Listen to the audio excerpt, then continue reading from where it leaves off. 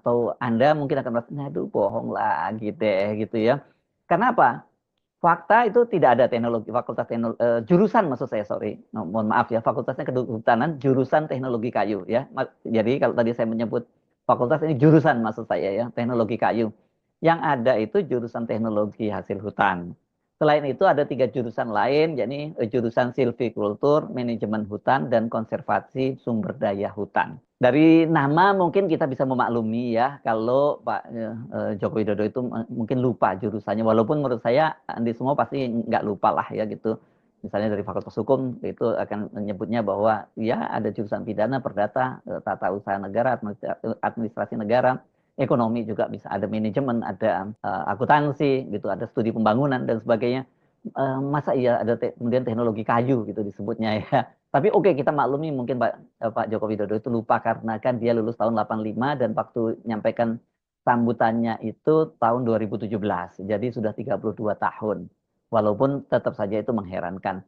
Nah, yang cukup mengejutkan itu Pak Kasmujo mengaku bahwa pertama dia bukan dosen, tapi ketua lab yang berkaitan dengan non kayu dan mebel. Jadi nggak ada urusan dengan kayu perkayuan. Jadi betul-betul semakin menjelaskan bahwa nggak mungkin lah. Pertama Pak Kasmujo itu adalah waktu itu masih jadi asisten dosen dan dia dipastikan bukan pembimbing akademik, apalagi dia pembimbing skripsi pasti bukan. Jadi Pak Jokowi ngarang dari mana lagi? Setelah bertemu dengan Pak Kasmujo pada tanggal 13 Mei, hari Selasa tanggal 13 Mei 2025, itu Pak Jokowi kepada wartawan, hari kemudian dia menyatakan ketika bertemu dengan Pak Kasmujo itu dia membahas mengenai pelajaran-pelajaran dulu. Anda yakin tuh? Karena beliau yang memegang penuh di lab dan teori mengenai struktur dan sifat kayu. Itu ungkap dia ya. Dan dia mengakui bahwa kemampuan Pak Kasmujo yang mempunyai keahlian dalam mengenali beragam struktur dan sifat kayu. Berdasarkan ilmu yang diajarkan oleh Kasmujo, Joko Widodo akhirnya berhasil menyusun skripsi dengan judul studi tentang pola konsumsi kayu lapis dan pemakaian akhir di Kota Madia, Surakarta. Dalam skripsi itu katanya dia bersama Kasmujo itu mengeceki kayu satu persatu. Ini kayu apa, merbau, jati, mahoni, baunya seperti apa. Beliau itu jagonya, kata Pak Jokowi.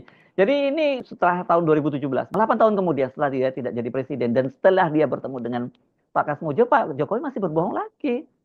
Terima kasih sudah menyimak pembahasan kita kali ini sampai akhir.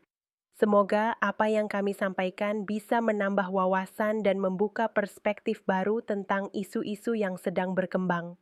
Kalau kamu merasa informasi ini penting, jangan ragu untuk like, subscribe, dan bagikan video ini ke teman atau keluarga.